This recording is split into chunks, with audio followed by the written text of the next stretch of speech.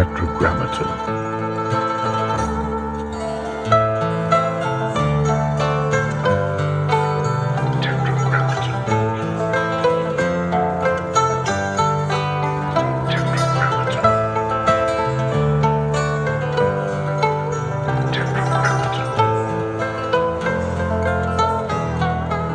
I had spent my whole life living in New York, right? Making my record, being in clubs in New York. You make a record here, you want people in New York to bump your shit. You want people to be into your shit in the place that you live. And it kind of didn't do that much in New York. And it suddenly started to do a lot in England. So obviously it was nice to have a place where they were digging the record. And then also it made me think like, okay, the fact that I spent the first 8 years of my life in this country surely influenced my taste or did something more than I maybe absorbed before. And then by going back to England and just being around there and DJing in clubs there, I met Lily Allen, and then I met someone who introduced me to Amy. So there was this feeling like, okay, sure, you like to go where people like your shit, but there was also more like I was just creatively inspired there. So after a couple years, I went back to England, and then 8 years to England, I was suddenly flying to LA all the time to make records, and I was like, let me just try and go to LA for a little bit. And I lived in LA for 4 years, came back to New York. What motivated the move to New York from LA?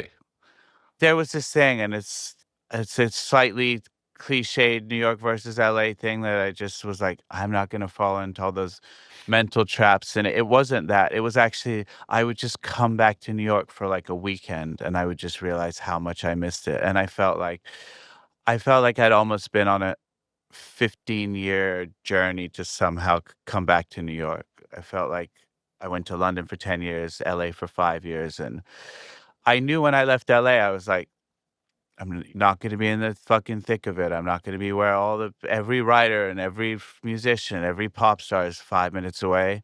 In essence, I'm leaving work on the table, but I'm going to go back where I feel the most native. So that's it. So I'm here. Cool. How would you say New York has changed in your 15-year absence? What was it like when you left? What's it like now? When I left, I probably left in 2008, 2009. And, the people that I was making music with in my studio, I think of even the rappers like J. Cole and Wale and people early in their career, there was still very much the sense that LA was starting to take over, but New York was still a place for current relevant music, whatever the fuck you want to call it, hip hop, pop, everything. And then it did feel like there was this 6 or 7 year thing where it was like a little bit like tumbleweeds in a ghost town. Like I'm sure there were cool pockets of scenes going on in places I don't know about. Ridgewood, like shit was moving further out to Queens and Brooklyn. And then I've noticed over the past 3 or 4 years, it's really sort of coming back. I think, there's always going to be that cyclical thing. I think that there's very cool shit going on here. I think there's Electric Lady, which for a while it was like that studio Compass Point in the Bahamas. Like if you're rich and you got a lot of money, you could go make a record in New York, like almost like a vacation destination. And now it's sort of come back, and that has a lot to do with the culture of Electric Lady and Jack Antonoff bringing records in and big pop stars, and now there's just cool shit going on. So I definitely noticed a little bit of a swing right now. Have you worked at Electric Lady? I have, yeah, I worked there a lot. The very first record I ever made, first sort of major record I worked on was this girl, Nika Costa, and we did that at Electric Lady. And that was when Electric Lady had fallen a little bit into disrepair, like it was, D'Angelo was just bringing it back. It had kind of, it was this place that was once great. It's fallen off a little. Yeah, and we went in there and it was mythical. I mean, it was just my first time in the studio. I only knew how to use an MPC. I didn't know all this analog gear and all this shit. I was like, because we were on. I don't know if you remember Dominic Chenier, who had that label. He managed D'Angelo Dom. I do. Yeah, so he had his label with Nika Costa on it. Yeah, so we had Questlove and Pino Palladino and James Poison, these amazing musicians, like on this first record. I was 23 years old. So it's pretty crazy. But yeah, I've worked there and I've worked there a lot since, but now that I have my own spot, I just try to stay here. How did Dominic hire you to produce Nika if you hadn't produced anything significant before that? Well, I had come up as a DJ. I played in bands in high school. And this is kind of what the book is about. Like it's just the 90s, so it's really just the very beginning is me playing in my high school band and then discovering Pete Rock and CL Smooth and just being like, "Holy shit, this is what I want to do from now on." And so I listened to Stretch Armstrong on Bobito and like that was like, but I had a very nominal knowledge of like hip hop and DJing and I didn't know any DJs. So I got turntables, started DJing in clubs in New York, like just hole in the walls bars. I got lucky. I got a lucky break and got a gig at this club, Club USA. But, over the course of 3 or 4 years, I got good at it. And after a while of playing just hip hop, I started to think to myself like, I wonder if I could sneak Back in Black into my set, because I would go to these other bars where they played rock and roll and the DJs were not technically very good. They would just kind of like, they were getting fucked up in the booth. They would play a song, there'd be a minute of silence, they'd throw on the next song. But people were just going batshit and like fucking dancing on sofas and going crazy. And I'd grown up loving AC/DC, but I was so buried in hip hop, I hadn't thought about that kind of music for years. And I just started to think like there was this big night at Cheetah, this hip hop club called Cheetah on a Monday night, and like Missy and Janet Jackson and Aaliyah and everybody went. And I remember just thinking like, I wonder if I could play AC/DC at Cheetah. Like it could be like an absolute suicide mission, but fuck it, let me try. So I was like, what's my foolproof way to sneak it in, like this Trojan horse? And at the minute the song The Benjamins was out, it was the biggest song of the moment, and there was a rock and roll remix of it, which wasn't very good. It was like a little like probably like trying to cash in on a rap metal trend that was going on, but Grohl was playing drums on it. That was like the saving grace. So I was like, all right, if I play the Benjamins, I'll get the whole club, and then I can switch into the rock remix on Biggie's verse, and no one's gonna stop dancing because it's Biggie, right? And then right on the one, as he come out of Biggie verse, I'm gonna drop AC/DC Back in Black, and tried it, and it fucking worked, and nobody could believe it. And there was 500 people in Cheetah dancing to AC Back in Black at first, being like, "Are we fucking dan Oh shit, we're fucking dancing to this." And so there was a little bit of a turning point, like in my career. Up to then, I'd been, copying all the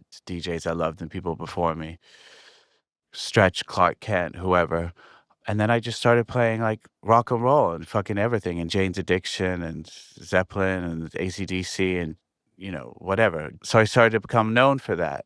And I would DJ at clubs like Life. And I remember seeing you there one time. I think Chris Rock brought you down because that was a very big deal. Like I was like, holy shit, Rick Rubin, because, you weren't somebody that people saw out in clubs a lot.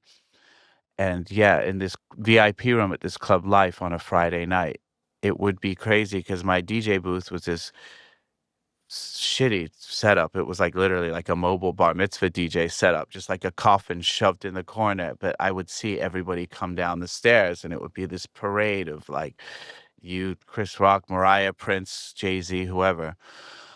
And I would play that shit. I would play Rufus and Shaka Khan and AC/DC. And so Dom came up to me one night and he had this amazing, very scratchy voice. And he was like, "Yo, I got this girl," like shouting over the music. "I got this white chick. And, I don't know what she's supposed to sound like, but the album, but I want it to sound like one of your DJ sets. EPMD, Biggie, AC/DC, Rufus and Shaka Khan." I was like, okay. So that was literally how I got it. Like I got most of my early stuff, like a little De La Soul remix here or whatever, because I was the DJ in the cool clubs and, maybe an A&R guy wanted to get on the list or whatever. So he would be like, "Hey, yeah, I'll give you this De La Soul remix." But in Dom's case, I got the Nika Costa gig because of the way that I DJ'd. Tell me about going to Electric Lady for the first time, working on Nika's album. You're not familiar with the equipment. Tell me about the experience. What was going on in your head? How long did it take to feel comfortable? High points and low points? Yeah. I really remember really vividly coming down the stairs for the first time, and, like, I mean, it might be still the same legendary purple carpet that's there, but it hadn't been vacuumed in a while. And there was a really famous studio manager, Mary, who had been there since the '80s. And I came down, and I remember this coming down off 8th Street, coming down these stairs. The cat, fucking black cat, runs right in front of me. Ah! And I hear this lady go, "Oh, don't worry, that's Jimmy." Like, "Hi, I'm Mary. Nice to meet you." And I'm like, "I'm Mark. Yeah, I'm here at Studio A or something." So she leads me into the room, and yeah, I just remember like it's fucking double doors open and all that analog gear and everything. And when there's that much equipment in a room too, there's a hum. You go in and you can like feel the hum and the warmth of it. And I'd been in studios like that probably a bunch with my stepdad when I was 9 or 10. He was in Foreigner making records when he was in there. And I remember feeling very both excited and native. I keep using that word, I've never used it before, but very at home in a place like that. And so, yes, you're right. I was very overwhelmed. Luckily, I co-produced Nika's album with her husband Justin, who was older than me, and he was like a pretty well-established producer from Australia where he's from. So he knew all the analog gear. But I also remember feeling intimidated. Like, I remember, like, he was running around adjusting microphones over snares and all this shit and mic pre's, and, we had made all the demos up to then on my Mackie 16 track where, I'm the lord of this domain. I at least know how everything works, and all of a sudden, I felt they didn't sideline me, but I felt sidelined. I was like, "Okay, like, I don't really know how to do anything here." I was like in there, we're recording Questlove, James Poyser, all these people, and I remember thinking like, I feel a little like the triangle player in an orchestra. Like somehow I'm here, but I don't know how mandatory I am. Like there's something about it. Like yeah, I would chime in when there was a great take, and that was it. And one thing I really remember, and I wrote about in the book, because the book kind of ends with the Nika record pretty much, but Questlove went out on a Tuesday because that's when albums used to come out, and he went to Discorama on 8th Street, and he came back with a bunch of CDs, and he had the new Fiona Apple album, When the Pawn, and he put it in. And the first shit just like blew us away in that crazy production at John Bryan with Chamberlains, and the drums were so heavy and her vocals are incredible. And we were just stunned into silence. Like we were just, and we are on like the fucking second day. We haven't even recorded a fucking kick drum yet, and we were just left so depressed. Like we just all had to file out the room and couldn't come back to work for like an hour. But then, it started to go, and they were taking the demos and the stuff that we had worked on and bringing it to life. But at the same time, I was a bit like, oh, like I love the fucked upness of the loops and the stuff, and here we are replacing loops with incredible live drumming, but suddenly quite organic sounding. And then we found that middle ground anyway. But it was definitely both exciting and fucking intimidating. How different were the demos in terms of, were they all looped and sampled? Were they no players? The demos, all the drums were loops and samples because that's all I knew. Like I Mhm, collected breaks and I had my MPC, and then we played mhm. instruments on top of it. But then we had Questlove, who obviously knows how to play like a break. Like it's incredible. And it was to bring it to life in the fills, but it was at the time, Lauryn Hill, Miseducation was out, and it was just this benchmark of how to bring loops and these things together, and that's what I was sort of aiming for. And at first, I didn't know, like, you're just hearing this, you're like, "It's so live, like, what are we gonna do?" Like, it was my first time at the rodeo. I didn't think like, "Okay, well, afterwards, we could fucking layer it with the loops or whatever." Was it the first time you worked with really great musicians? Yes, I think so. Yeah. And what was that feeling of, like, first time you got to be in the studio and watch Questlove play? It was incredible. I mean, I was intimidated as fuck by him, because back then I was like really the first time I was a fan of the Roots, and when the first time you meet him as well, he's like he uses words sparingly, and I think, he had his special drum booth that was like erected to, make a really tight sound, this really closed in thing, and it was almost like, "This is my fortress, don't fucking bother me." And it was almost like him and Pino from working on D'Angelo's Voodoo, they had, like, a psychic bond. They would go to field changes, and at one point, we had this slow kind of mid-tempo rocky ballad, and they just went to this double time drum and bass thing, and, like, as soon as Questlove started to do it, like, Pino followed him, and I was like, "This is incredible." But at the same time, it made me feel less, like, important or needed because my whole thing was like, "Oh, I just know how to run a MPC, like, that's my job." In a world of artificial highs and harsh stimulants, there is something different, something clean, something precise. Athletic nicotine. Not the primitive products found behind convenience store counters. Not the aggressive buzz that leaves you jittery, but a careful calibration of clean energy and focused clarity. Athletic nicotine. The lowest dose tobacco-free nicotine available. Made entirely in the USA. No artificial sweetener, just pure, purposeful elevation. Athletic nicotine is a performance nootropic. Athletic nicotine is a tool for shifting mindsets. Athletic nicotine is a partner in pursuit of excellence. Slow release, low dose, gradual lift, sustained energy, soft landing, inspired results. Athletic nicotine, more focus, less static. Athletic nicotine, more clarity, less noise. Athletic nicotine, more accuracy, less anxiety. Athletic nicotine, from top athletes pushing their limits to artists pursuing their vision. Athletic nicotine offers the lift you've been looking for. Learn more at athleticnicotine.com/tetra and experience next level performance with Athletic Nicotine. Warning, this product contains nicotine. Nicotine is an addictive chemical.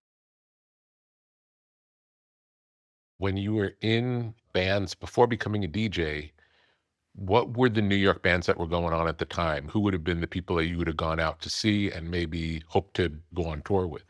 We loved because the band was like a mixture of like black and white kids, and loved 24/7 Spies, Living Color, Follow for Now, all that like Black Rock Coalition stuff. Mhm. So we loved those bands. We played at Wetlands quite a bit, so we dug, you know, the jam bands too, like Spin Doctors and Blues Traveler and some of those other bands because they had like very tight rhythm sections. Mhm. And then we loved the Roots. That came a little later actually, so and I think it was like the Goats as well, like because we would bring rappers on stage. We were just trying to figure it all out. The Black Crowes, Lenny, like that, because that was kinda had this '70s swagger to it. That first Black Crowes record was like a big influence on a lot of the band. And then like our drummer listened to Morrissey. I was starting to love all this, the brand new heavies and Jamiroquai and all this English acid jazz funk stuff that because it was very similar to the stuff that hip hop sampled. There were these live bands playing old funk and soul. And Morris Bernstein, who's this guy who started Giant Step, I used to sneak into the parties. I was like 15 or 16, and I ran up on him at one of his parties, and I was like, "Hey, you should let my band play." Like, my band had the worst name. They were called the Whole Earth Mamas, and I ran up to Morris. His name's Maurice, but English people, of course, have to pronounce everything differently. Morris. And I said, "You should let us play." He's like, What's your band again? Like Mother Earth's Garden Bistro or something? I was like, Whole Earth Mamas. I was like, "You should put us on the bill." And he was like, "Sorry, the bill's full." They had like Ed O.G. and Pal Joey and Arrested Development, all these incredible bands. And I was like, what if I get my friend Sean to play? And didn't even know where it came from. I was almost blown away by my own fucking guile. And he said, Sean who? And I said, Sean Lennon. because Sean was my best friend, and I basically sold him out. I had an idea. I was like, maybe he'll help us get the gig. And Morris was like, all right, if you get him, I'll let you on the bill. So yeah, so then I had to go to Sean, fucking tell him, like, obviously, it's not, I sold you out to get this gig. I was like, hey, my band got this great gig. You want to come jam with us? I think he knew something was off and whatever, but we got the gig. And I think Morris used the thing to like get MTV down, MTV News to come down. Sean hadn't made his records yet. He's still John Lennon's son. Everybody wanted to cover everything that he did. So yeah, so that was probably our biggest gig. And then we were so not ready for that stage that it just kind of was our last gig too. So watch what you blag yourself into. How did the idea for the book come? A couple things that had it percolating in my mind, but there was really one catalyst. One of my best friends and DJ partners of the past 20 or 25 years passed away 4 years ago. His name was Blue Gems, and they were throwing a party at this club in New York called Rubin, where he used to DJ all the time, and he was basically like the mascot spirit of the place. So even though he had already passed, they wanted to throw a party on his birthday. So they asked me to DJ, and it was just as COVID was ending, people were starting to party again, and it felt like it was just going to be a lovely thing. And I was sitting in my little library where I have all my records at home, just looking around at all these records, because I hadn't DJed with vinyl in 20 years, but I still kept my favorites. I'm just thinking about all these records, looking at them, and I see like one spine that's just a green, Kelly green spine on a 12-inch that instantly I'm like, oh yeah, I remember that's Trends of Culture. I bought it at Rock and Soul in 1994. Like just how visceral the memories that came from just even looking at these objects. But I don't want to make it sound like this book is some altruistic thing to remember all these fallen heroes, because it's a lot of things, but a lot of people were dying. And I just started to think, man, I want to get some of these stories down, that some of these people that I love in this time before they go out of my brain. God knows I drank enough and partied and did drugs, and that my brain's cloudy enough. These kids kept coming up to me too, like like a young kid would be like, "Yo, you were in New York in the '90s? Like that must have been crazy." Like, I had fun in the '90s, but we were thinking about the '80s. We were thinking about the Roxy and Danceteria. Every era has the era before it. It romanticizes. But enough kids had kind of come up that I was like, yeah, there was something great about it. It was New York was this incredible spot as far as what was being made here. It was Biggie, it was Wu-Tang, it was Jay, it was LL, it was Tribe, and they were in the clubs as well.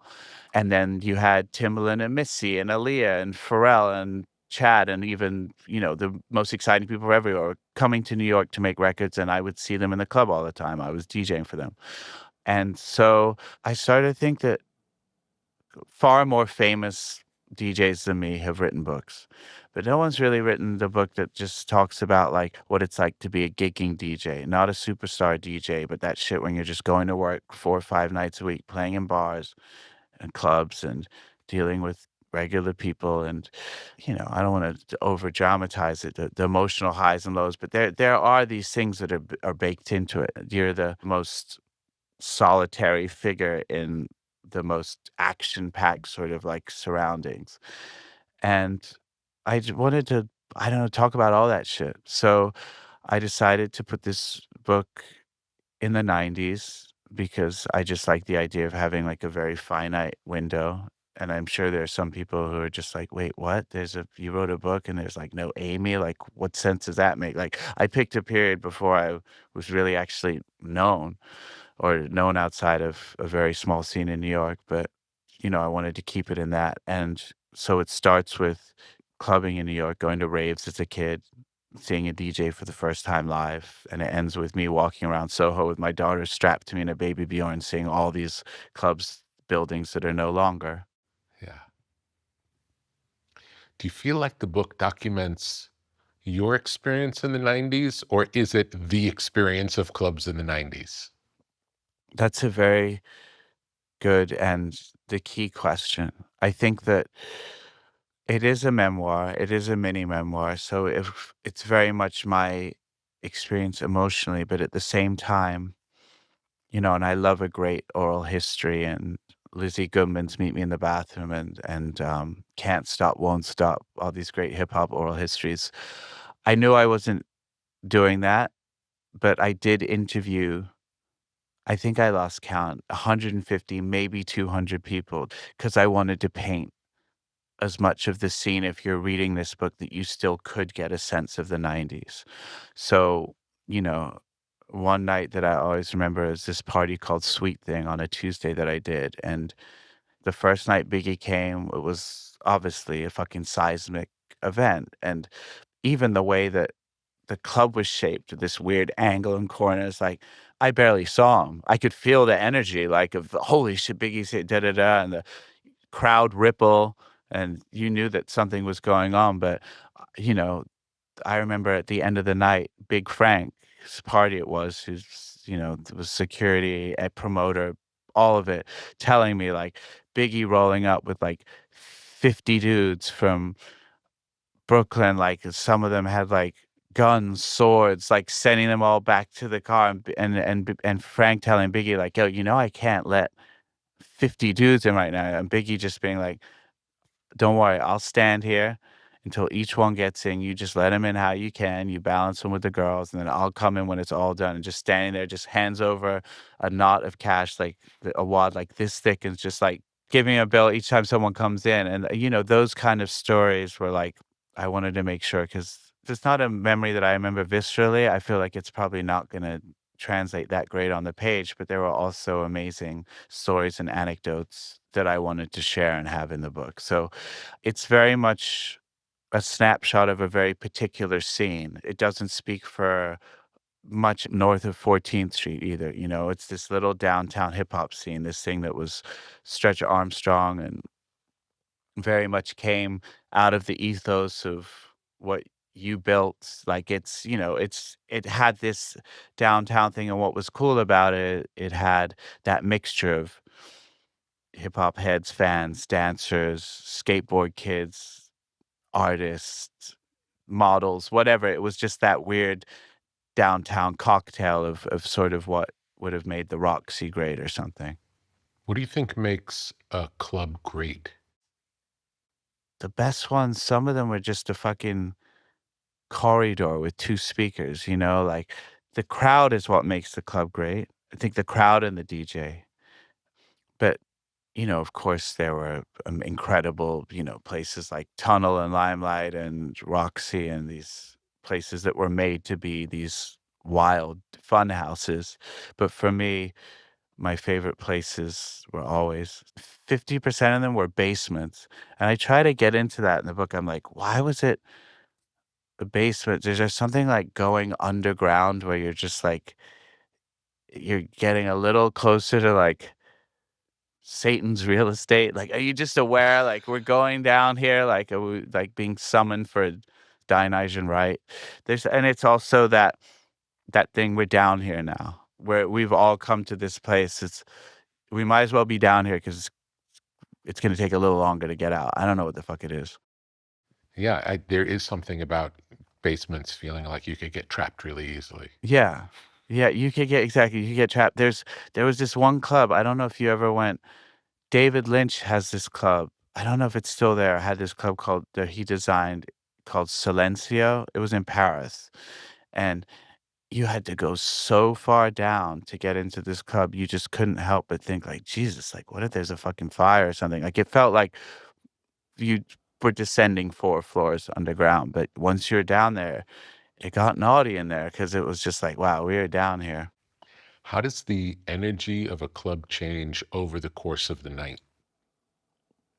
I wouldn't say, I don't know if it's what I miss, but what made me good back then, you would play 6 hours. You would really play 10 to 4, maybe 11 to 4, and you were there to build the whole night. So, there was this kind of New York regimen back in the day. It's that certainly different now, but you would play classic, some funk and soul, and then that would move into some more up-tempo disco and maybe some break beats if there were like break dancers out on the floor. And then you go to old school hip hop, Slick Rick, EPMD, somehow 1231. You would really try and save the new hip hop like as long as you can, like keeping them at the, like at the gate, like see how long you could really like tease the crowd before you suddenly drop Biggie, DMX, J, whatever it was. And then you would play 1 to 2 new hip hop, then dance hall, then some new hip hop, some old school, and then maybe a little bit of house or some like classic sort of old school dance shit till the end. So it was amazing to get to architect that. Part of what happened later when you kind of, whether you become a big DJ or whatever it is, like you're just going on these festivals at this peak hour and you're going to play an hour set. So I missed all that feeling of building the night. There's a great DJ in New York who's from my era, but I talk about him in the book a little. His name is Eli Escobar, because he was kind of a bit of a unsung hero for the first 25 years of his career. And then suddenly in the last 5-10 years has just become like this New York nightlife icon. Cool. But he'll still play that 6-hour set. Cool. Because he loves that thing of playing the whole night. And I've actually, a friend of mine who read the book was like, hey man, yeah, no, I dig the book. It just really sounds like you just miss playing vinyl again. Like that was his takeaway from the book. And he's somebody who's always come to me with a good creative idea and just like said it like it's kind of like gospel. I think you need to just play vinyl now till the end of the year. Yeah. And I remember thinking like, that sounds like such a pain in the ass, but also maybe incredible. So that's what I've been doing. Awesome. Just been playing vinyl again. And, it's certainly about 2007. After 2007, the selections get a little slim, but I just love it. And I'm going back and I'm playing 5-6 hour sets again. And amazing. There's all this 90s and 2000s hip hop that when I'm playing off my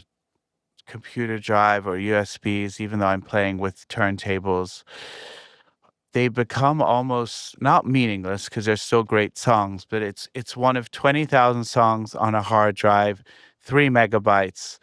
It's click and drag and it's there. So much of today's life happens on the web. Squarespace is your home base for building your dream presence in an online world.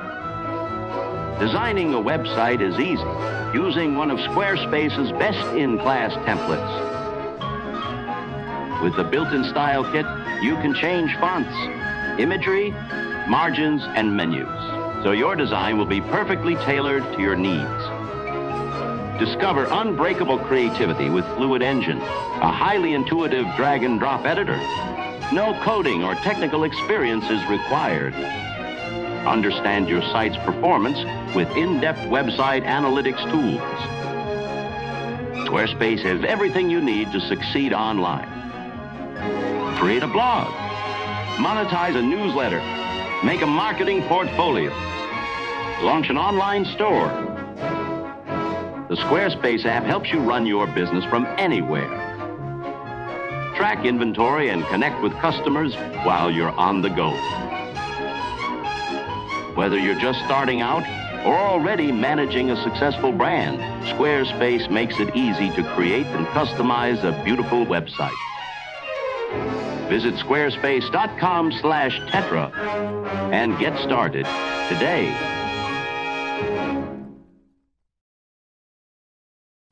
If you know you're only going to be playing vinyl, would you go to the extreme of having vinyl pressed for things you want to play that vinyl doesn't exist for? I think I would actually. I think that you can press 45s. There's this DJ, this Japanese DJ who I watch on Instagram because he just has these incredible things where he's just like cutting 45s and it's just so exciting.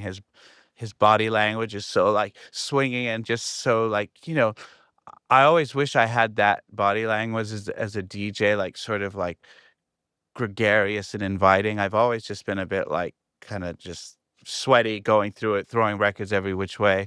But he has all this new shit. I know watching him, I'm like, oh, there must be a way. I think that there's like an affordable 45 pressing machine that you can like have in your crib maybe. But yeah, there would certainly be things. And I remember the first time I ever made a record that I pressed up on acetate was the Nika Costa record, Like a Feather, because it was the first time I had ever made anything that I deemed worthy to play in the club. I was like, wow, if let's see. So I remember going to Sterling and just like watching the lathe for the first time like come down, and obviously technically it's just making microscopic wiggles, that amplitudes and volumes and whatever, but like I was like, this shit is sculpting music. Like, Yeah. this is incredible. I remember playing it for the first time, and then obviously acetates, you can only play them 5 or 6 times. They wear down. You can't really back cue them a lot because you'll wear out the groove. I remember one of the main promotion guys from Bad Boy Records. His name was Henrock. I remember him one time coming also to that same Tuesday night party that Biggie came to, and bringing me an acetate of Biggie Hypnotized and saying like, I got the new Biggie joint. I can't give it to you. I got to like take it to Flex, but like you could play it right now. And I just remember being like, holy shit. I don't even know if I had heard it yet. It was so crazy. I think there was this era where the first time you would ever hear a song was in the club amongst, because the DJ had it or whatever. And I remember putting it on and just like being like handling it like a Ming vase or some shit, and throwing it on and just release on beat, whatever song I was playing it out of. And just because that song just came in so heavy too, that with the kick drum and Biggie's fucking wheeze and the whole club. It was just one of those moments. Like, I remember there's 5 or 6 songs from that era I remember dropping for the first time, or dropping in a certain way and feeling molecules shift in the club. Like there's something, molecular heat, energy that would just change. So yeah, those acetates were very special. And I also remember walking past a brownstone in Chelsea one time, and somebody had left all these original first pressing acetates outside that they must have not wanted anymore. And it was all from the first Brand Nubian album. And I remember meeting Dante Ross one time much later and was like, did you ever live on 21st Street? Like, I just had an inkling they were his that he must have left out in the street. He was like, yeah. But I like the way that playing vinyl only, it's just been a nice hard reset. I miss some of the creativity of what you can do with Serato, the way you can just make a cappella with a click of the thing and do mixes and use the bass line from a Jackson 5 song over a drum beat from whatever. But I just needed this hard reset at this moment, and it's been a lot of fun. Would you say it makes your DJ set very different? Yes. I noticed that like younger kids are just watching, because I'm not doing some DJ scratch crazy routine, but just cutting records, bringing them in on beat, taking them off, and maybe speed mixing, 8 bars of this record into this one. They're just dumbstruck. They're just like haven't seen it before. And this is one of the things I think has gotten crazy about DJing, like with DJs being huge headliners. Like, DJs are not essentially performers, like pushing a series of buttons. Listen, Steve Aoki, there's people that are really good at it and it will bring this showmanship. But most of us, that's why there's 200 grand of LED lights and whatever the fuck else on stage, and confetti cannons. But there is something with vinyl that's like at least a little something to watch. The hands are doing something. There's a grace and a performance in it. And then the other thing was, I have to think so much before the gig about what I can bring tonight, because I can't just show up with a laptop with the entire history of recorded music, right? And maybe 300 records if I really want to fucking do my back in that night. So I'm carrying all these crates, so I have to think about what the crowd's gonna be, and what do I want this record, and going through records. So I sort of psychically bonded with this crowd before they've even got there. And it might be a totally different crowd that shows up than I'm imagined in my head, but I have a little bit of an idea, and I'm picturing that dance floor and seeing what that might be. So I'm already like in some sort of flow. I've already thought about the records. So, and listen, doing that the past 6 months, it's so fucking crazy. Like, all our schedules are full enough as it is. I'm like, not only do I have the DJ gig now, but I have to fucking carve out an hour and a half before the gig to get my records together. Like, but it does make a difference. And there's something about it. It's like the warm up. Also, to be honest, like, that was the time I was probably the best DJ. Like, I have more knowledge of music now.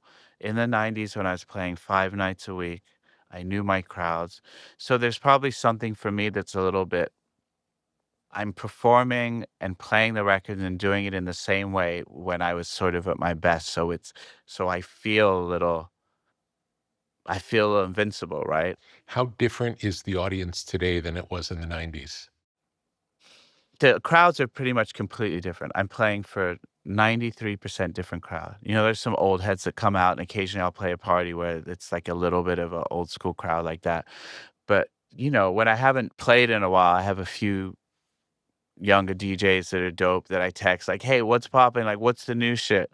Oh, da da da. And these kids are just like, "Man, we're just playing Urine AM's 2000 set."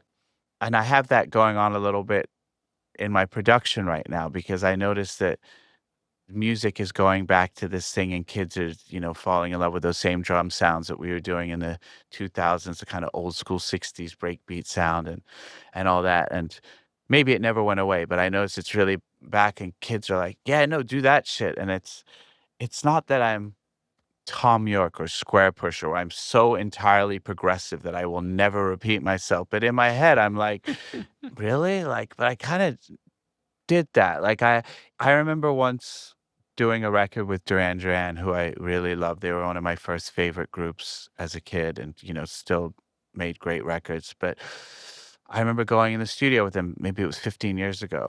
And I was like, can we like get some of that, the magic of Rio, the sequences, 16th notes, disco hats, tough drums, nasty guitars, and just great songs, funky bass lines, that thing. And they were like, "But we did that." And I remember thinking, "Yes, but like," and it was this moment that the Killers had just broken and Franz Ferdinand and all these English bands, the Kaiser Chiefs. I was like, but like all the coolest shit is just taking a lot of like what you did. Like this is the cool shit right now. But I do remember them because they were, they like to stay moving forward. And so now when I'm in the studio with like younger artists are like, "No, that shit was dope, like, how you did that back then." It's sort of still this push and pull, I'm, like, not wanting to repeat myself, and I guess the other thing is, it's interesting to me when a 23-year-old reinvents it or takes some of the thing or some of those same concepts or ideals of what we were doing back then and puts it through their lens. When it's strictly through my lens, that's when it just becomes recycling. So with the DJing, when the kids are like, "No, no, we're just playing like the 2000s like set that you're doing," I'm like, "Oh, it's nice to hear because I love that music and it's fun to play." But it's like it's super cool when like I watch like a young 23-year-old DJ playing Nori or whatever else it is. So when I'm doing it, do I just look like that old guy who's just like kind of falling back on his same shit? Do you record all of your DJ sets? I actually never record any of them. I because I'm not on the mic is like when you hear those great old DJ set recordings and someone's on the mic and you can hear the crowd because of the bleed from the mic. And it seems to me it's so ephemeral. There's something so in the moment about it. There are some like I played a set for A-Track recently and he recorded it. Also, the other thing is like when you're fucking playing in the crowd, like I try to be as precise as possible, but you're in the moment and it's with the crowd and you might be dropping a record not off beat, but maybe not in the most like kind of like, you know, the mix wouldn't be as exact as if you were just sitting in the studio making a fucking blend tape. So it's almost like I don't want to hear it back. But he did record it because it was for the Fool's Gold, his label's anniversary, and I heard it back and I was like, oh, that's actually pretty good. Like I don't really ever need to hear them again. How long did it take you to put the book together? It took me probably from start to finish, it was about 3 years. So I had, stopped. There were music projects here and there, and we did score and the music for the Barbie film, which probably took over like 9 months, maybe a year of my life. But I read Stephen King on writing. I never studied writing in school, so I read Stephen King's On Writing and Mary Carr's The Art of Memoir. And I just love Stephen King's how austere his rules were, like lock yourself in a fucking basement and no windows and 5 hours a day and these kind of things. And for the first year, I was in the basement of my place in New York until I realized, like, wait, this is actually a health hazard. Maybe I should just seal the windows off somewhere else because it's just like a damp fucking New York basement with water damage everywhere.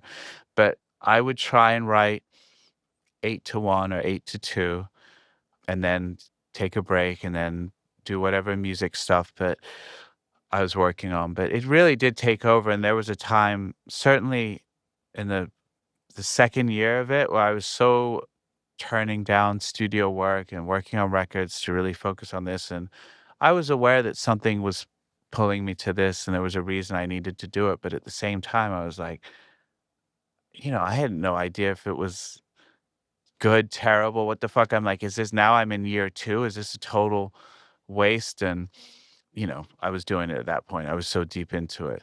And then at the very end, I handed in the book to my editor January of this year, and he was like, "Great." That my editor at the publishing house, Colin, who's a great editor and really helped me out a lot along the way. And I think in some ways he had seen the writing go from maybe being like a 4 to a 7.5, was just so happy we're like out the woods.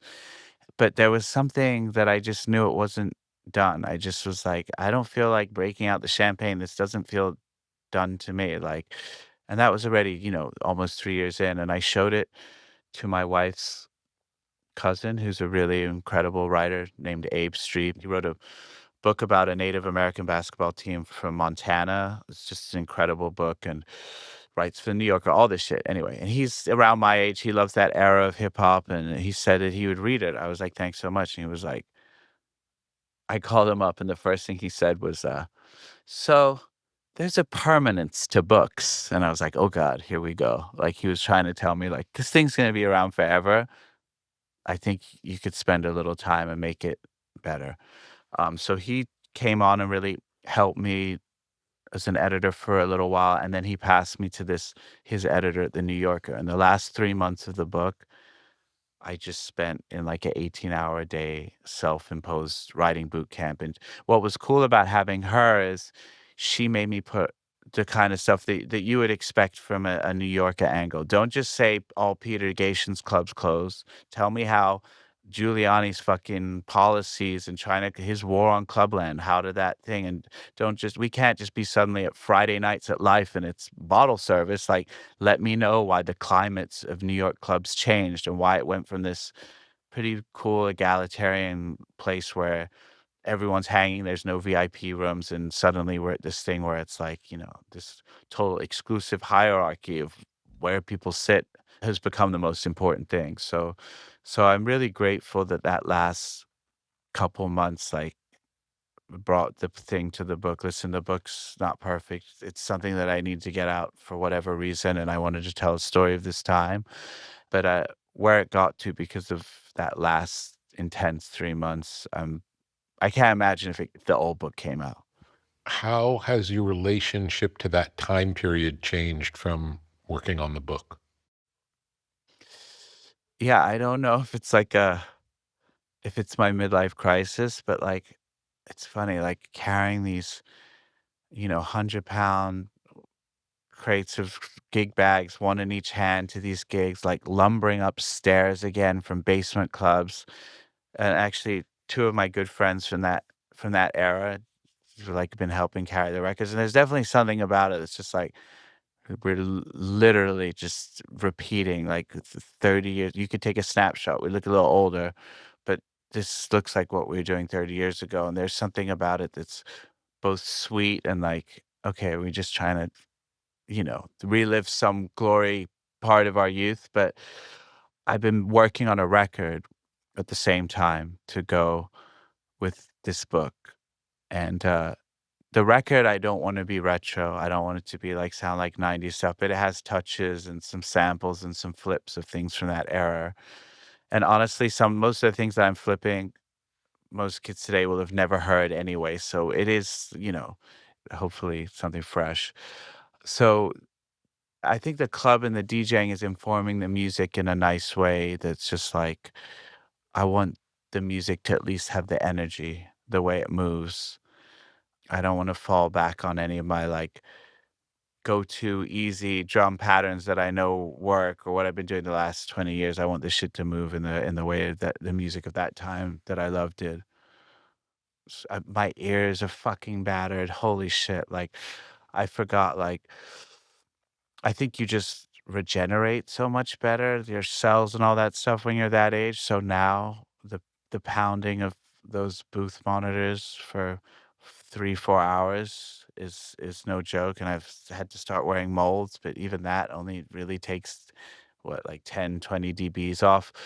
And it's your skull vibrating that's like part of what the tinnitus is. So it's crazy. Like the past 20 years I've been rocking up to a place and playing my little fucking hour set. I'm the headliner, but this is like back to 4 or 5 hours of this pounding thing, and it's like, yeah, I've had to be really careful. Like that's also been a wake up call, like turning the monitors down, wearing the earplugs, because my livelihood is now the studio, so I can't really just Yeah.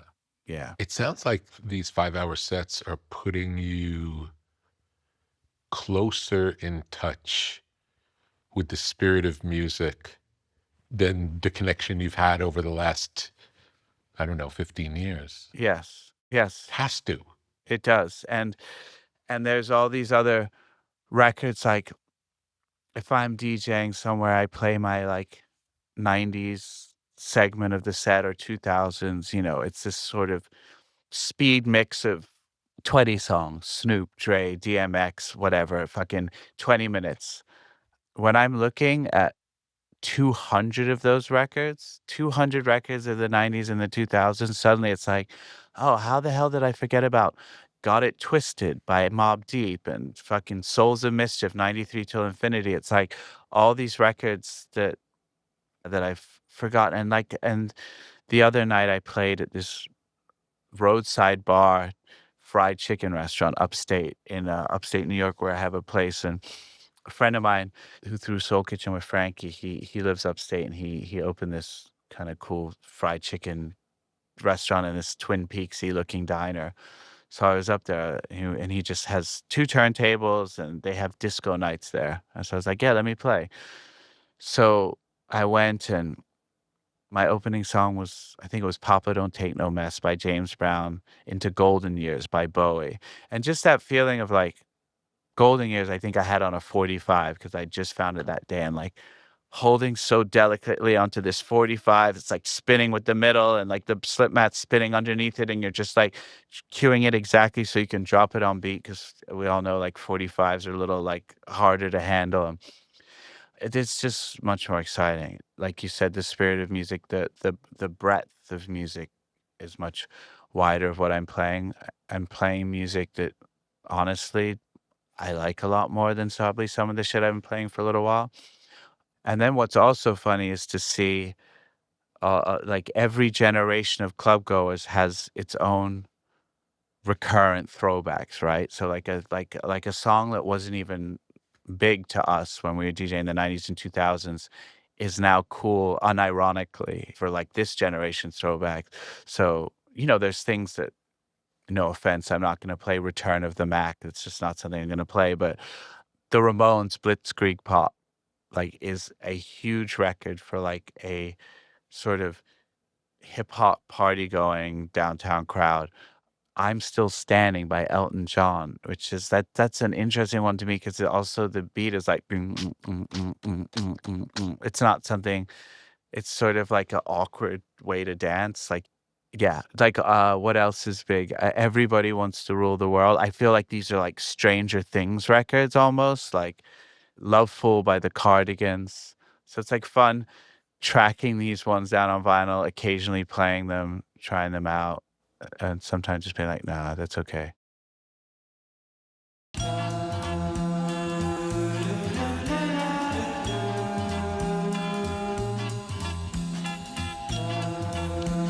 LMNT.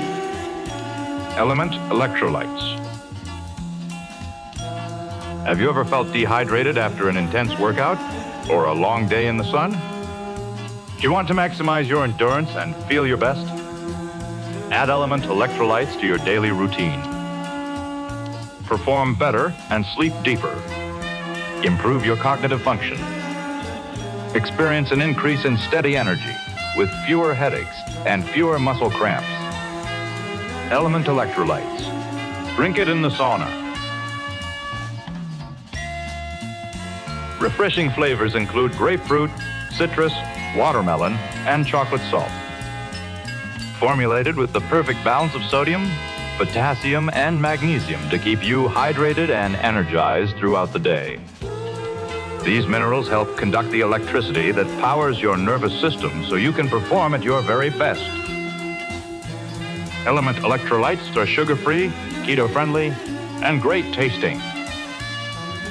Minerals are the stuff of life. So visit drinklmnt.com/tetra and stay salty with Element Electrolytes. LMNT.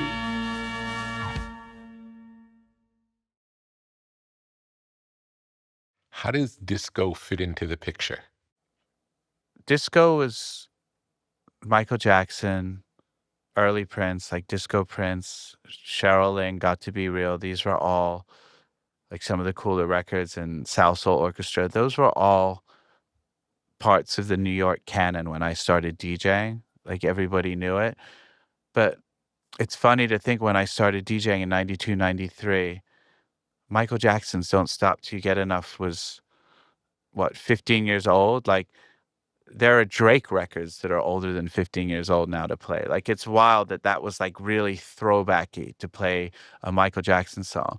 Also, the thing about New York clubs is, especially in the hip hop clubs, it was a little more, not snooty, but there was like an attitude. Like, you're not going to hear September by Earth, Wind and Fire. Like, you might hear Brazilian Rhyme Song. You're not going to hear Michael Jackson, Don't Stop Till You Get Enough. Like, these songs that are kind of like wedding songs or whatever you want to call them.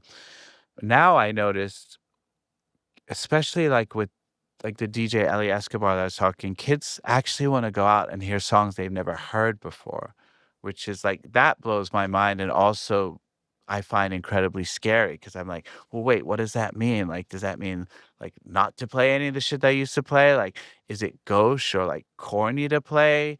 You know, I'm not talking about wedding tunes, but even a disco song. So when I played the chicken restaurant, for lack of a better word, upstate, you know, I think that was like maybe fit 300 people, and there were like 300 people partying outside because they were piping the music outside. And the age was like 18 to 60. So that's another thing. Like, now I have like people who like my music that are in their 40s and 50s, and they might be bringing their kids. And, you know, there's this, you're trying to find this balance. And the thing that I talk about in the book too is that as a DJ, the other thing that's definitely changed for how I play is like people come out and they expect to hear records that I made. Of course they do. They're going to see Mark Ronson. They're like, okay, we're going to hear Valerie. We're going to hear Uptown Funk. We're going to hear whatever it is. But for me, that almost feels like cheating or something, you know, like if I'm playing and I don't have them enough, I know I could throw on one of my records, and those records are 10, 15 years old. So yeah, I talk about this in the book. It's like when I play Uptown Funk, you know, the crowd goes crazy. Bruno Mars is not standing next to me in the booth performing the song. You know, I think it's kind of amazing. It's like there's something psychological that happens in our brain. Like, why do people get more excited? Well, we know why. They're excited because they're dancing in front of the person who made it and they're showing their appreciation. And I'm beyond grateful for all of it. I'm not paying lip service. Like, I'm so lucky that anybody gives a shit is coming. But it always fascinates me that like the next DJ could literally get on and play Uptown Funk once I've left and everyone will clear the dance floor. It's like, you know, there's all these bizarre things that happen in this psychic bond between the DJ and the crowd. Is the New York club scene the same as it's always been? No, and it's changed so much that I could probably answer about 20 5% of this question. You know, like there's some shit in Manhattan, but really all the fun shit is in Brooklyn for sure. The clubs. Then there's like the Knockdown Center, which is out in Queens. You know, there's like places to party. The New York shit is New York is always going to have its little spots and it's going to have a vibe, but it's like once a lot of cool people and artists, so many people were priced out of New York, like of course the cool parties were as well. And there's no huge super clubs really to draw people in here. Most of that shit is in Brooklyn. So yeah, so it's been getting back out there's also like been about hooking into the right scenes and being like, you know, making sure I played a club in New York last week and it was like it was corny, like, cause it was just like, that's who goes out in New York. Like, it was like, oh man, played the same set last week in Brooklyn and it was incredible. So it's also been about like finding the right people to make sure I'm hopping on the right gigs. Is the scene in Brooklyn as good as the scene in New York in the 90s, or are they still different?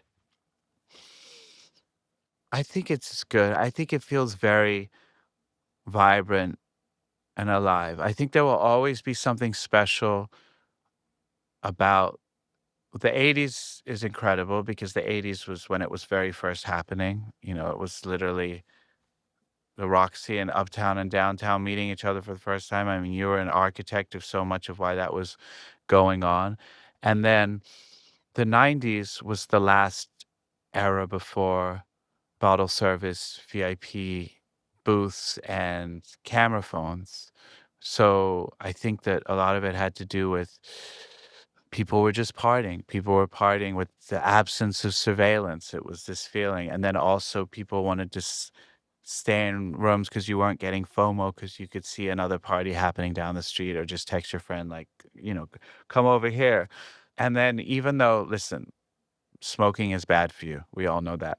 But the smoking ban even changed something too because you have people keep going out to have a cigarette or there was something a little cool about the clubs, like just this layer of smoke. I remember going to the first live shows after the smoking ban too to see bands, and it was weird not having that protective like gauze of weird fucking shit between you and the stage. You could just see right through to the band, you know?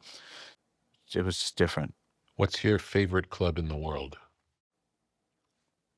There was a club night in London at this club called the Notting Hill Arts Club, another basement. Very special. These two English DJs, Seb Chu and Leo Greenslade, threw it. And early in the night, they would have a little showcase for new band or whoever was launching. And then 11 p.m. it would turn into the club. And because they just became known as the spot to play when you first came to London, it was like Lupe Fiasco, Lily Allen, Kanye, Bruno, LaRue. The list is just like kind of endless. Of everybody played their first UK showcase there because everyone knew that was the spot. And then the party was just insane. And I remember going and playing there my first time. And actually, I remember someone saying like, "Oh, you got to come down here. The DJ Seb is like, he's like the London Mark Ronson." So of course I'm like, "I'll go down. I'll show them." Like, you know, as much as I ever get into that mode. And I go down and I play my like New York set. And at the time that I just had like Clockwork and the quick mixes and clever fucking blends and wordplay and all this shit. And the crowd was like, "Oh." And then Seb just got on, and the first thing he played was some like UK like garage or drum and bass record that just like they were banging the fucking wall. Like he didn't do it to show me up either. It was just like, cool, that was a great set. Well, you played all the hip hop, so let me just play some UK shit. It was such an eye opener. Like, oh, there are entire other genres of essentially black music that will bring a fucking house down that I know nothing about. So I loved playing there. I started to go back there and play a lot when my first record came out, and the song "Ooh Wee" with Ghostface and Nate Dogg did well in England and didn't do much here, but it like kept my buzz, and I was going over there to play parties and I just loved it. And it inspired me to come back because that was at the time where 2003 New York had I was just so turned off New York and the bottle service and everything that it had become. And I came back and I told Q-Tip, I was like, "Yo, Tip, the party I just played in London, like, you playing shit that they love, and you playing, like, OC Time's Up and, like, underground records, and people are just going off. Like, let's just do that shit here and just see." And, of course, you're doing something with Q-Tip. There's gonna be people are gonna come down and be excited about it, but we found a basement, this basement club called Table 50 on Bleecker Street. Actually, my friend Blue Gems, who the book is dedicated to, who passed, he found it. And he was always, like, the person dragging me to some fucking basement, being like, "Yo, we got to do a party here. It's gonna be the best shit ever." And he was usually right. You know, we go into a basement, a dingy basement at 4 in the afternoon, and he would just have some vision. And it was like this amazing party that did breathe some life back into both my love for DJing and downtown at that moment, and Busta, Mos Def, and people would just come and like grab the mic and shit and get on over it while me and Tip were DJing. So that party, back to your question though, in London, Notting Hill Arts Club, was a really special place. And it ended, I think, after about 10 years because, like a lot of hip hop parties, there was like some violence in there. But I remember for the 10th anniversary party, I surprised them. Nas was in town. And I was like, I want to give these guys like the best, and this crowd the best birthday present I can think of. So I managed to work it through Ant that Nas came and did a surprise set. And one of my favorite Nas songs ever is Made You Look. It's just such a hard fucking record. And I was Nas's DJ for one night. And there's just this moment on YouTube, and I used to spend many a late night fucking high watching that 6 second over and over. And Nas just goes, "Yo, Mark, hit him with that murder." And I just dropped Made You Look, and the whole fucking place came down. And it was just like, yeah, just, I never stopped being a fan of the artist that I love. And I'm nearly 50 fucking years old, and being on stage, getting to play public service announcement with Jay or Nas, like it will just send me right down to my 18-year-old, whatever it is. How would you say your taste in music has changed over the course of your life? I think COVID was like a big thing of spending a lot of time at home. I started to listen to records at home, maybe for the fucking first time, except when I'm at home. I'm listening to records to like quickly look for breaks or listen to what I'm going to spin that night. But actually to listen as a passive listener, and I found like a lot of 50s jazz, 50s and 40s, 50s, 60s jazz, Coltrane and Jerry Mulligan, and then I know it's so fucking like it's the cliche like rom-com soundtrack, but Chet Baker, just beauty, like music with beauty and simplicity. Country music, a lot of like classic 50s, 60s, 70s country music. My wife like loved Willie Nelson, discovering just the beauty in those things. And then I feel like as I've gotten older, and I remember now it makes sense. I saw it with all my favorite artists. I want to challenge myself tonally, chordally, not because I want to be like up my own ass and make complicated music. Like that's not my thing. But you're just looking to try new things harmonically. So in that jazz and that playing of like Bill Evans and those people, there's something in there. And I noticed like as I'm making music now, I'm trying to imbue the music that I'm making with that. But I also know that like I'm aware you get to this thing that you complicate your music a lot, and you're off. You're on that next phase of your career. And I think, I don't know, there's something about me. I don't know if it's my fucking ego or my ambition that I'm like, okay, I'm not ready to go riding off into my prog fusion sunset yet. Like, how do I do this and still do it with the records that I love? So it's interesting. It's interesting how, and we know this, as when you're a kid, you just see your favorite artist and you just go, oh, they went weird. Or they started to make fucking grown-up music or something like that. And then Yeah. now I understand it. Your taste kept evolving and you were trying out new shit. You said your early works were not well received in New York, but they were well received in the UK. What do you think it was about those records that worked in the UK? Well, the biggest one was this record, Ghost with Ghostface and Nate Dogg, Ooh Wee.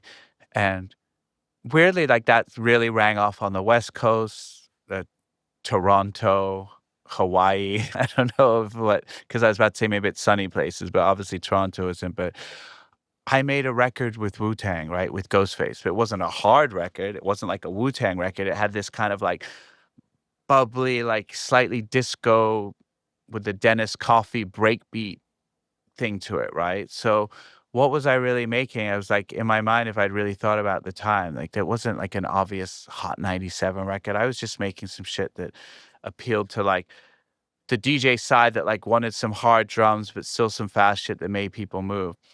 And I do think that growing up in England where you would hear a song, an old school reggae song like Uptown Top Ranking by Althea and Donna next to Duran Duran, next to Bill Withers' Lovely Day, next to maybe like a De La Soul record, there was much less separation of what would be played on the radio because Radio 1 and BBC sort of in England just like a little more eclectic. I always think about how, Amy Winehouse and Adele and, they're essentially soul singers, but if they hadn't grown up in England with that slightly more English sensibility, like you just mix a bunch of shit together because you love it, which seems very inherently what you should do everywhere, but it's not quite R&B and things are a little bit more regimented here.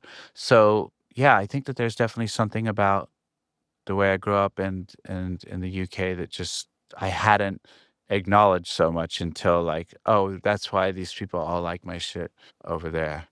Can you think of a song that you loved when you were young that you still love? And can you think of a song that you loved when you were young and now if you listen to it, you can't believe you ever liked it? My dad had really great taste. My stepdad was the one in foreign, and my dad was just like, loved funk, soul, Graham Central Station, Parliament Funkadelic, all this shit. So he loved early hip hop. So Grandmaster Flash and the Furious Five, The Message. He used to play that all the time. Me and my sisters would go to visit him in England once or twice a year because my parents split. My mom moved to New York. And we would dance, jumping down up on his bed, listening to The Message. So obviously that's a song that I still think is incredible to this day. I listened to a lot of hair metal when I was a kid because I played guitar in bands and that was kind of trendy. And I went to like a guitar camp to try and learn to be a shredder, and I fucking hated it. And I was not very good, not good enough to be a shredder. So there was a lot of like bands like Slaughter, LA Guns, Enough's Enough. They were, you know, had some good songs. I don't want to rip into any of them, but there was some stuff from that I probably, if I had to, probably something I wouldn't listen to as much today. And then what's so amazing is when you hear a song that you completely forgot about. Like there was that band King's X. They were kind of like a three-piece, kind of had like a little bit of a Rush proggy thing. And I just heard like a King's X song from that era. Like I think it was called Summerland. And I was like, this is a gorgeous fucking song. Yeah, just how those songs give you this jolt. If they can get me for 3 minutes through my fucking morning run, I'm so grateful for that. 3 minutes where I've just forgot that I hate doing this and I'm fucking panting and about to fall over. And I find like that happens more often with songs that I've forgotten about. Tell me about your listening habits. General listening, not related to work. General listening is now with my 2.5 daughter. Most of my passive listening is what she's listening to. And our mutual friend, Richard Russell, gave me this great like radio that's like this little radio for kids that's sort of like environmentally friendly, kind of like it's wooden and it has these buttons and you can just program all her favorite songs into it. So she's just like there and she loves her radio. And I got her one of those old, here I am just like putting all of my fucking baggage and shit on her. But like this 80s Fisher Price turntable, the one that maybe has like the Sesame Street Big Bird, like as the arm, and her 45. She has her own 45 she can like kind of put on. And so yesterday, I try and get her like, I'm not trying to give her my taste. I'm not even trying to like make this look more attractive. I don't want her to become a DJ, any of this stuff, or if she finds it great, but it's more just like she seems to be drawn to it. So she has her 45s and a bunch of like Disney, Robin Hood, whatever the fuck. But yesterday she was just playing the Pretenders, Brass in Pocket, I'm Special, because I must have put that in her pile, and she was just listening to it over and over again. And it's like, it's just so cool that that's a record that she's picked out, that she's drawn to. And then she loves when we go to my record player and put something on. She knows that there's like an extra, that's a level up of ceremony or whatever. She's like, Dada, go listen to Changes, Bowie. Go listen to Changes by the fireplace, which is where my record player is. But just letting her find her own music. She happens to love Scenario by Tribe Called Quest and Shake It Off by Taylor Swift and Casey Musgrave's Slow Burn and whatever she loves. And she has her little records, and that's most of my passive listening right now is whatever she has on. Tell me the difference between curating music and having music curated for you. I know that part of what made me a better DJ, let's just say it, in the 90s was that like I was going out every night to hear other DJs. I was playing 4 nights a week, and 2, 3 of the other nights I was going out to hear other DJs play, or they were DJs playing before me and I was checking out their sets, or the DJs after me. You have to go see other people play. I feel like there's so many records, especially now, maybe even that if you heard them or maybe you kind of listened to it on Apple or Spotify, you wouldn't even think, you might not think that much of it. You see it in a club with 300 people fucking going off and pounding the walls and shit. It's a totally different experience. So then there's also like this other side of it. There's something, and I kind of touch on in the book because it was such a thing back then in the 90s. Like there was a certain circle of DJs. We were all kind of in each other's sphere. It was Stretch, Mighty My, Riz, Max Glazer, Goldfinger. We all kind of went to each other's sets on our nights off. And then we'd all hang in the booth because we really just all wanted to be asked to fucking get on. Like we didn't know how to really just fully be in a club and enjoy ourselves. Like the idea of like being in this place and not having something to do with this fucking vibe was like sort of drove us crazy. So we would just wait in the booth like record vultures for till the other DJ had to take a piss and just be like, yo, can you want to get on for a second? So the dichotomy of like want to go to these other sets, but then only so much, because then you're like, fuck, well, now I want to get on. I want some of this glory or some of this energy. You talked about having the acetate for Biggie's new record brought to you and playing it for the first time and the feeling in the room. We think of hip hop as so much of a poetic, lyrical style. And in a club, the lyrics are not always so detectable. Yeah. Especially on a complicated rap record. Yeah. So if something's not known and you're playing it for the first time, it's hard to even know. Yeah. And I think this has even maybe been to my detriment as someone who makes music. I think because drums were my first instrument and I always came from groove first, the beat has always been the first thing that I react to. And I think it wasn't even until I really got into like Bob Dylan was the first time I really appreciated, I was like, who cares what the chords are doing? Like the story is the thing that's important. And I feel like it's fairly obvious from your work that point of view and story is always the driver, and then there's always great music under it. So for me, it's really the beat. Like it's always been the beat as well. Really? Okay. Yeah. Yeah. I mean, of course, for the early records, the beats were crazy too. So yeah, I feel like as a DJ, and I think that was something we used to talk about when they started to use the thing hot record all the time. Hot record. Yes, but is it a good record, right? Yeah. Hot record makes you think. The beat comes on, it's hot. It reminds you of something you heard before. Like hot. Like, the difference between hot and good started to drive me a little bit crazy. But yes, for a song like Biggie, Hypnotize, and I think because rappers like Biggie, where the the timbre of his voice Yeah. was almost like as exciting. It was like the aphrodisiac in the club, and that unmistakable wheeze, that like with the beat, the way it dropped, boom, like just came in. I think it was just like a meteor hitting the club, and it was something.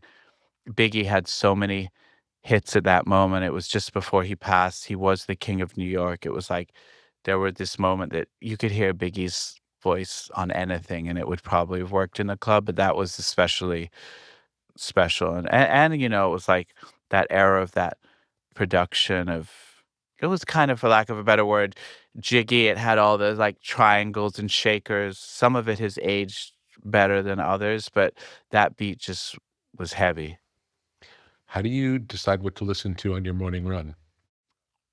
It's so different because I only started running recently. Like I always hated running. I had to run in high school because I was so bad at all the other sports because I came here from England when I was 8, you know, and like I didn't know like baseball, football, all that shit had already been going on. I was bad at soccer, which everyone assumed that I would be good at soccer at least. So I had to run cross country because like I just didn't want to do PE. So this running, it's stamina, endurance. Anybody could get through running.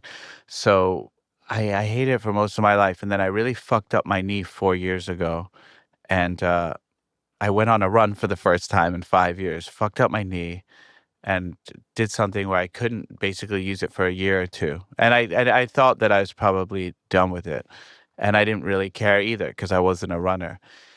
And then when it came back after some, like, you know, a good trainer got it back, I was almost like so thrilled to be able to use this thing that I hadn't cared about. I just suddenly like, I kind of want to run now. Like it was just an interesting thing. So running for me is either furious guitars. So a lot of that is like, for me, is like sort of 90s and 2000s, like alt indie guitar, just heavy shit, because that has tempo. And sometimes it's quickly making like a playlist of songs, like the songs that we were talking about that you kind of forgot about, that you're like, oh yeah, I used to love that song, because those are nice distractions. And then I found podcasts actually like does take your mind out of anything that's going on. Certain podcasts, like I can't listen to current events. I don't want to hear fucking how shitty than the world is blowing up while I'm doing this. I just want to hear intelligent or funny people take my mind off shit. Tell me about fatherhood. That's the best one. I don't know. It's so, again, cliche, but you know, I didn't have my first kid till I was 47. I have 2 daughters, and I'm so glad I didn't do it, even though I thought of myself as being a good dad. You know, I was like, I can't wait to like give myself to something. But to be honest, the way that I worked and the way that I traveled for work and studio and DJing and all that shit, like I wouldn't have been around. So if I had had kids back then, I'm sure I would have worked it out and I would have changed my life. But I'm also really grateful for so many reasons it happened when it did. Also, because that's when I met my wife. And it's amazing, you know, lucky enough to be working mostly in New York. I ride my bike. I'm 5 minutes from home. I can go for bath time. And if it's important, come back to the studio. This is the first record I've ever worked on since I've become a dad.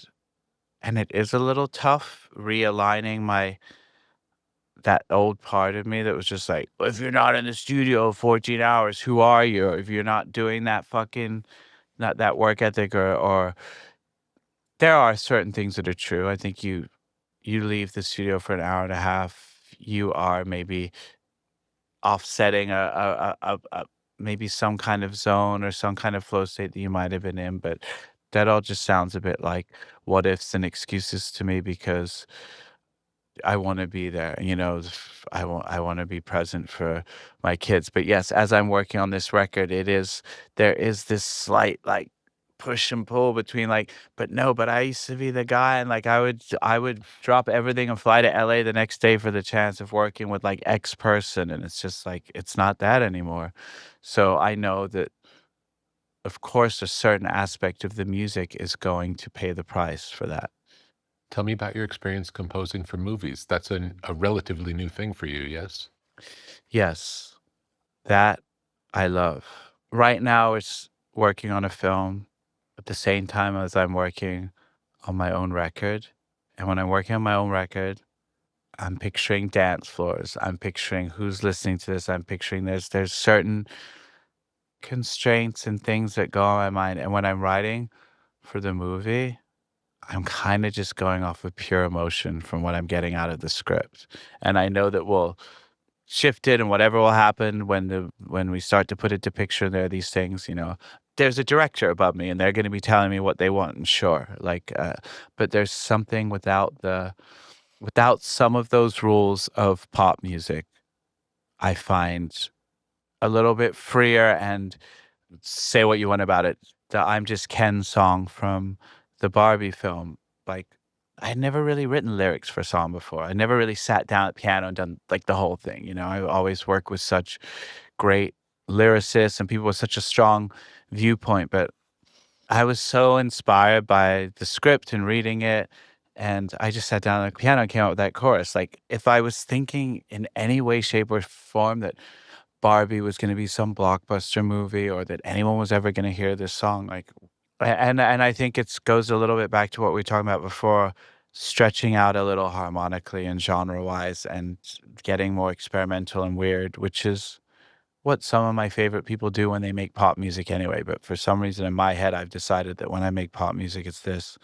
And when I make film music, it's free. I should be fucking bringing some of my film energy into my own music, and that would be a good thing to do. Maybe it'll happen eventually. Maybe you'll talk yourself into it. Yeah. Yeah. Yeah. I wonder how Trent Reznor, who I don't know personally, but like Nine Inch Nails is one of my favorite fucking bands as a kid, their first album. And he manages to do great Nine Inch Nails records and do really weird score shit. And, Is the club all about dancing or is there more to it? no, there's definitely more to it. And that's why I called the book Night People, because part of it, outside of just the DJing and that side, that emotional side of it, and the 90s, this isn't what I set out to do when I started, but what started to unravel was like, oh yeah, we were all out at night. And I say this in one of the chapters, there's like, it's a difference. There's people who enjoy a night out, and then there's night people. Night people is like, you kind of live for the night. You're kind of like, maybe you're a little broken, a little damaged. I mean, everybody is, right? But like, there's something in the day that makes life like it's just a little bit tough, and night gives you this coat of armor, or maybe this extra sense of sort of confidence or swagger. And also, God knows, it's like if you took drugs, it's probably most likely you're doing that at night. There's something that we're running to, I'm not sure. But there was a community of us. And there are also people who are night people because they really just love to dance and they love music, or they love the sense of commune. And there's people that loved it because they wanted to fucking go out and get laid. People want to get fucked up. But I wanted to look at that. And there's no set definition to this. It's a term I kind of made up. And I'm not a psychologist. I'm not getting to the bottom of everybody's thing of why they're out. But I just noticed in my community there was that. And I know for me, I liked it because I love DJing, because I grew up in a kind of broken home, and it wasn't the most pleasant place to be. And I liked the idea of this booth that was this thing that I could shut out the world, essentially. I am the command of this thing, and every fucking fader and dial bends this fucking place the way I want. And there was a little bit of that.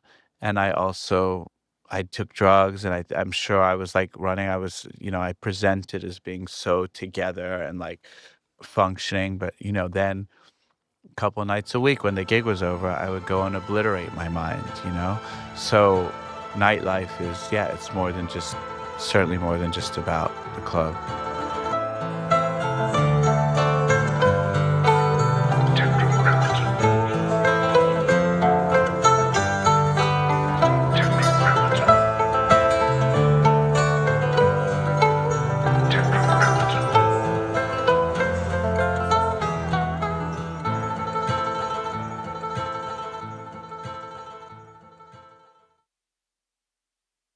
Tetragrammaton is a podcast.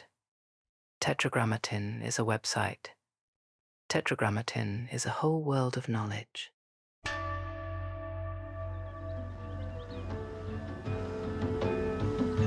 What may fall within the sphere of Tetragrammaton? Counterculture? Tetragrammaton. Sacred geometry? Tetragrammaton. The avant-garde? Tetragrammaton. Generative art? Tetragrammaton. The tarot? Tetragrammaton. Out-of-print music? Tetragrammaton.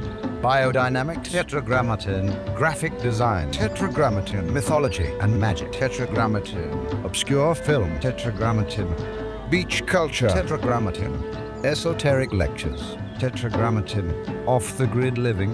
Tetragrammaton. Alt spirituality? Tetragrammaton. The canon of fine objects? Tetragrammaton. Muscle cars? Tetragrammaton. Ancient wisdom for a new age. Upon entering, experience the artwork of the day. Take a breath and see where you are drawn. Tetragrammaton.com